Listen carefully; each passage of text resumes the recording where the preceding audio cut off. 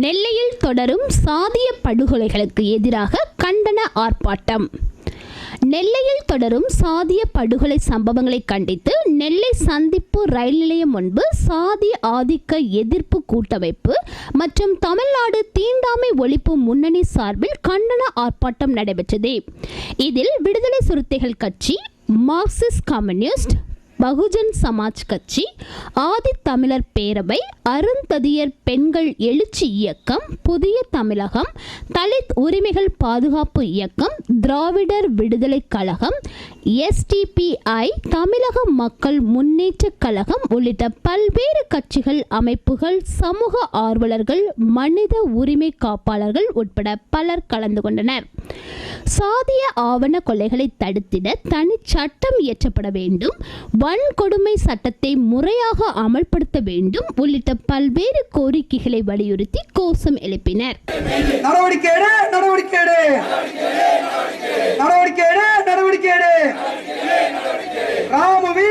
தமிழ்நாடு முழுவதும் கிட்டத்தட்ட 200க்கும் அதிகமான ஜாதி ஆணவ படுகொலை நடந்துகிட்டு இருக்கு.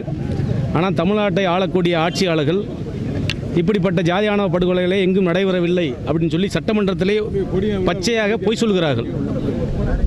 ஆனால் தமிழ்நாட்டில் தொடர்ந்து இப்படிப்பட்ட ஜாதி ஆணவ படுகொலை என்பது நடந்துகிட்டே இருக்கு. சமீபத்தில் கூட நெல்லை மாவட்டம் மேலே இளந்தகுளம் என்று சொல்லக்கூடிய கிராமத்தில் சிவகுருநாதன் என்கிற திண்டுக்கல்லை சேர்ந்த ஒரு MSc வேதியியல் படித்த பட்டதாரி மருத்துவ பிரதிநிதியாக மாதம் 40,000 ரூபாய் வேலை பார்க்கக்கூடிய ஒரு படித்த பட்டதாரி ஜாதி வெறியர்களால், ஜாதி ஆணவ வெறியர்களால் படுகொலை செய்யப்பட்டிருக்கிறார். எதுக்குன்னு சொன்னால் அவருடைய மகளை அவர் திருமணம் புரிவதற்காக பெண் கட்டி சென்றதற்காக கொலை செய்யப்பட்டிருக்கிறார். இப்படி தமிழ்நாட்டில் தொடர்ந்து இப்படிப்பட்ட ஜாதி ஆணவ படுகொலை நடந்துகிட்டு இருக்கு. அதற்கு எதிராக ஜாதி ஆணவ படுகொலைக்கு எதிராக ஒரு சிறப்பு சட்டத்தை ஏற்ற வேண்டும் அப்படின்னு சொல்லி திருநெல்வேலியில் இருக்கக்கூடிய அனைத்து ஜனநாயக அமைப்புகள், இடதுசாரி அமைப்புகள், பட்டியலின அமைப்புகள், இஸ்லாமிய அமைப்புகள், எல்லா அமைப்புகளையும் ஒருங்கிணைந்து இந்த போராட்டத்தை நாங்கள் நடத்துகிறோம்.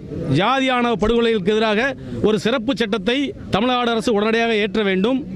அதே போல தமிழ்நாடு முழுவதும் இருக்கக்கூடிய இன்னைக்கு வன்கொடுமைகள், ஜாதிய வன்கொடுமைகள் அதிகமாக இருக்கு. ஆனால் அதை அமுல்படுத்துவதற்கான பொறுப்பில் இருக்கக்கூடிய காவல்துறை அதிகாரிகளுக்கு இப்படிப்பட்ட ஜாதி வன்கொடுமைகளை தடுப்பதற்கான ஒரு சரியான புரிதல் கூட இல்லாமல் அவங்க செயல்பட்டுக்கிட்டு இருக்கிறாங்க. எனவே போலீஸ்காரர்களுக்கு வன்கொடுமை தடுப்பு சட்டத்தை அமுல்படுத்துவதற்கு ஒரு பயிற்சி அளிக்க வேண்டும் தமிழக அரசு.